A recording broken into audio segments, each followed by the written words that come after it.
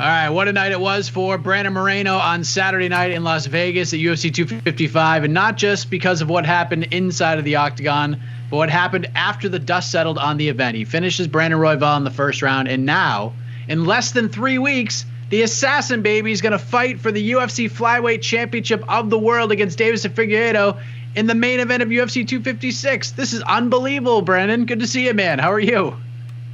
Man, good to see you again. I know all this situation is so crazy, but I'm trying to enjoy every single minute of this. No, it's amazing.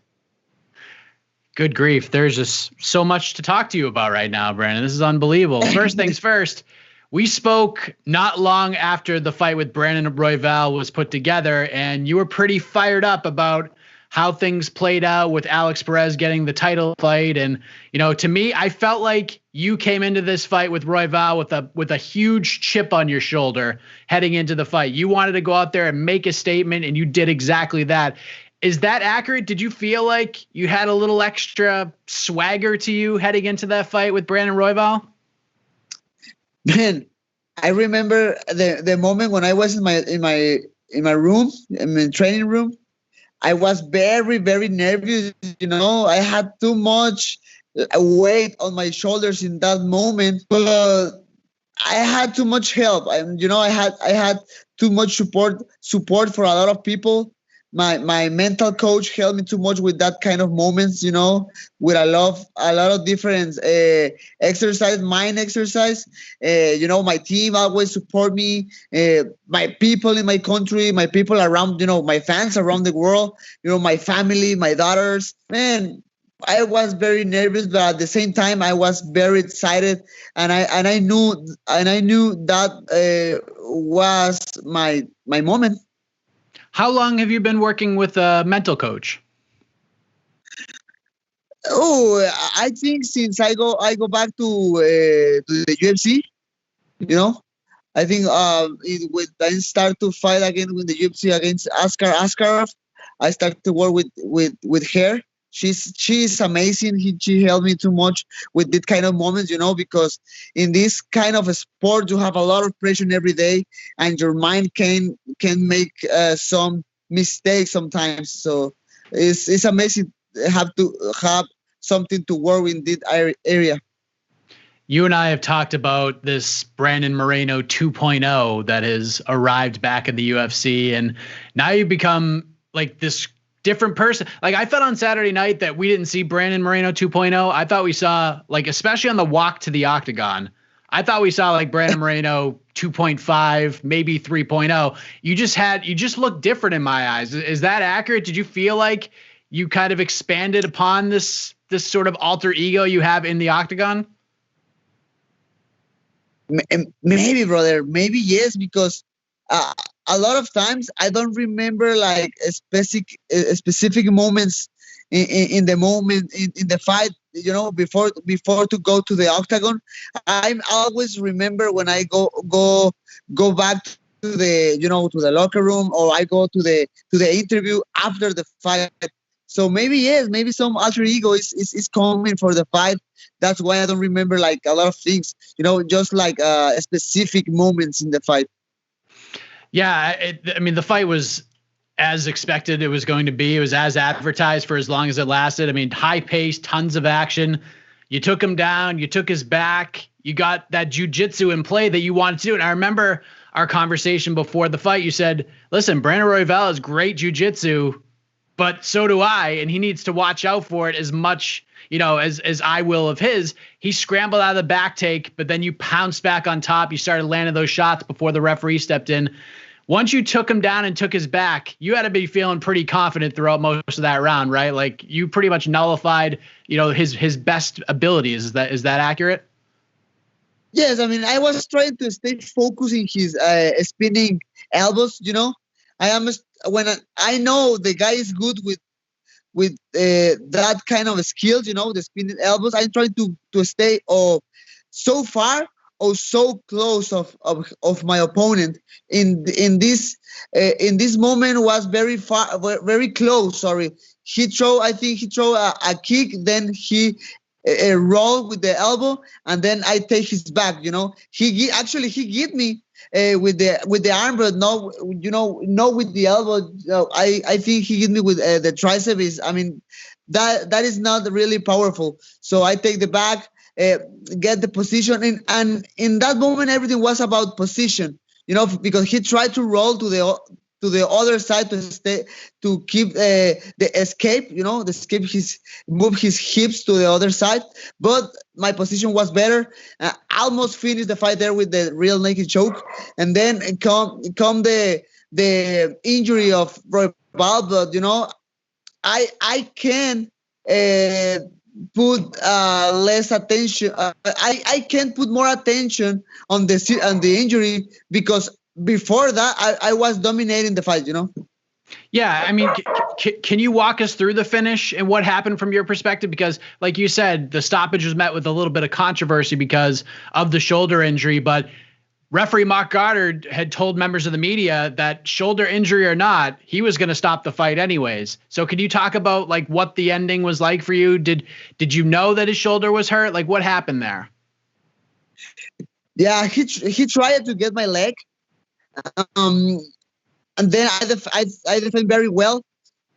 In some point, I feel like he put a less resistance in the position, and then I get his left arm to take off his base, and I'm start pushing his face.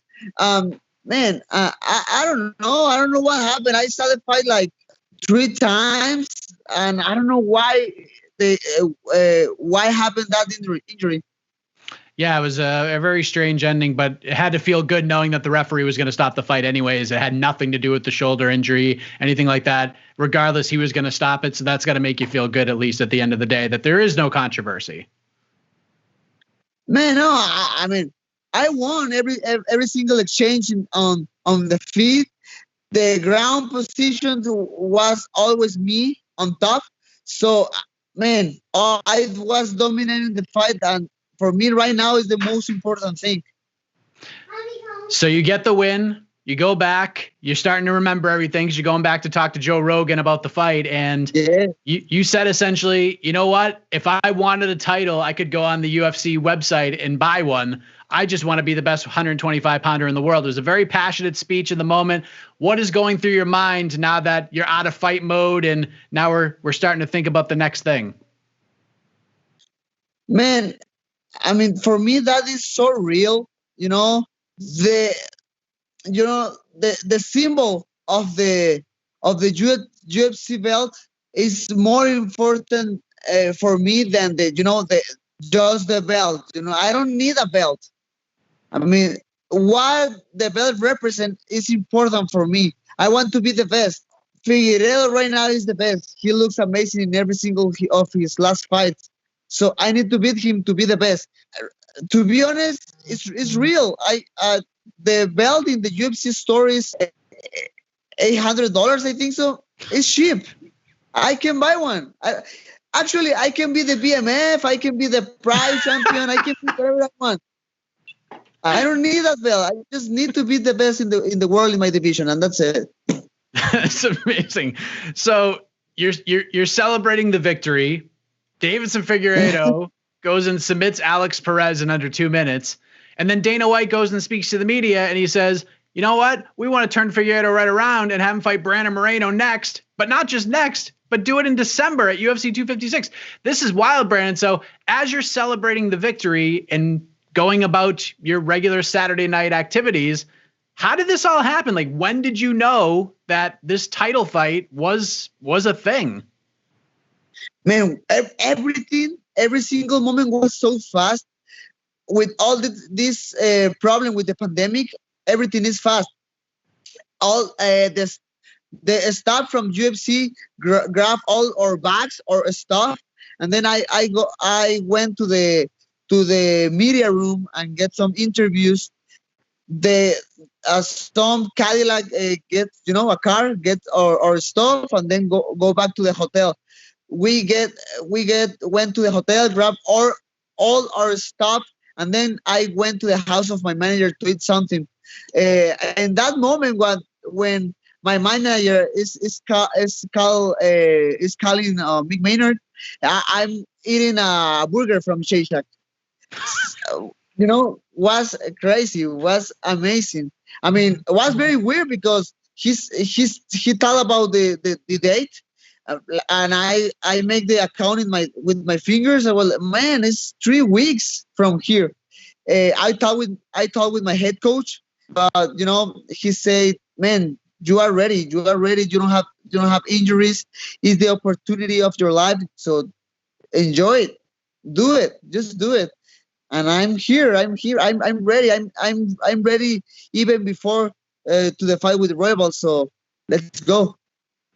Well, here's an important question here. Did you finish this burger? Did you finish the whole thing, or did you have to stop eating it because now you got to cut weight again in 3 weeks? Man, no, I finished my burger. You need to enjoy every single moment of the fight of the life. So man, I had like 1.5 months eating just vegetables and chicken. So I did it. You hammer that thing. You crush it. French fries too, the whole 9? Just the burger and one chocolate shake. All right. Well done. You still get some discipline in you after all, even after the win. No, right now I'm very light. After that, I'm start again with my diet, and right now I'm like 140, so I'm fine. Oh, you're good. So you're okay with this? Like, are you liking the fact that you're turning right around with all this momentum, with the chance to make history, or do you wish, perfect world, you got a long training camp? I mean, like you said, we're at a very strange time right now. Yes, I mean, obviously, I wanted a real training camp for Figueiredo, but it is what it is, and again, I'm ready, physically, mentally. I'm ready to this. My skills, my abilities, my boxing, my Brazilian jiu-jitsu, my wrestling is amazing right now. I'm ready, brother. I'm ready. I don't like. I think it's better for me. I don't like to wait too much. It's my third fight in this year. Obviously, I need to make weight again very fast. Maybe that is a problem, a health problem in the future. But right now, I don't care. You're a young man. Now's the time. I know. What did you think of Figueiredo's performance against Alex Perez? Were you impressed with it? Did it go the way you expected it? How did you feel about it? Man, I mean, he looks amazing. Obviously, I think before the submission, I think Alex Perez was get good punches on Figueiredo. But Figueiredo is really good. Get the submission, get the guillotine in a weird and really, really close position. He looks strong. But man, I don't care. I don't care. I worked too much for this opportunity.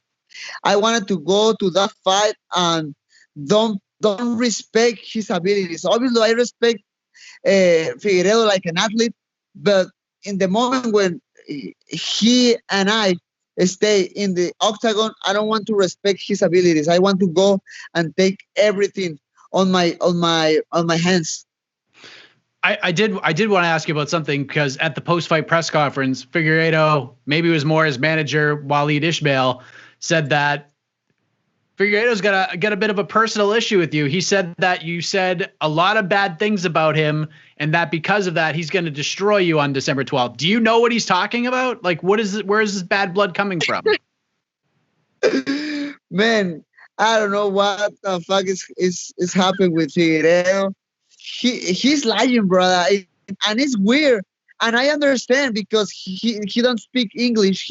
So he need always Waleed. I mean, I know Waleed not too much, but I know he's a good person. Just when he tried to be the translator of Figueiredo, start to talk too much. I mean, I think even the other guys can know Waleed put more words of Figueiredo.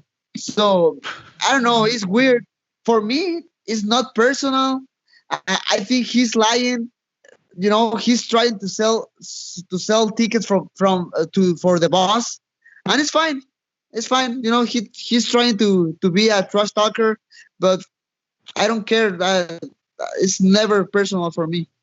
All right, so there's no story. You didn't say anything bad about him, nothing like that. It's just we're trying to sell some pay-per-views here.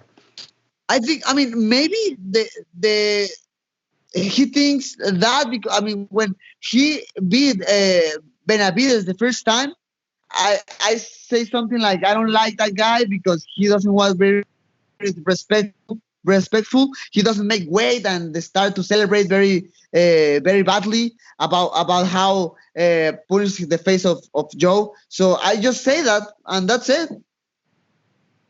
Are you feel like you'll make the weight fine? He's had issues in the past, like you just mentioned. Are you concerned that he might not make the weight on December 12th?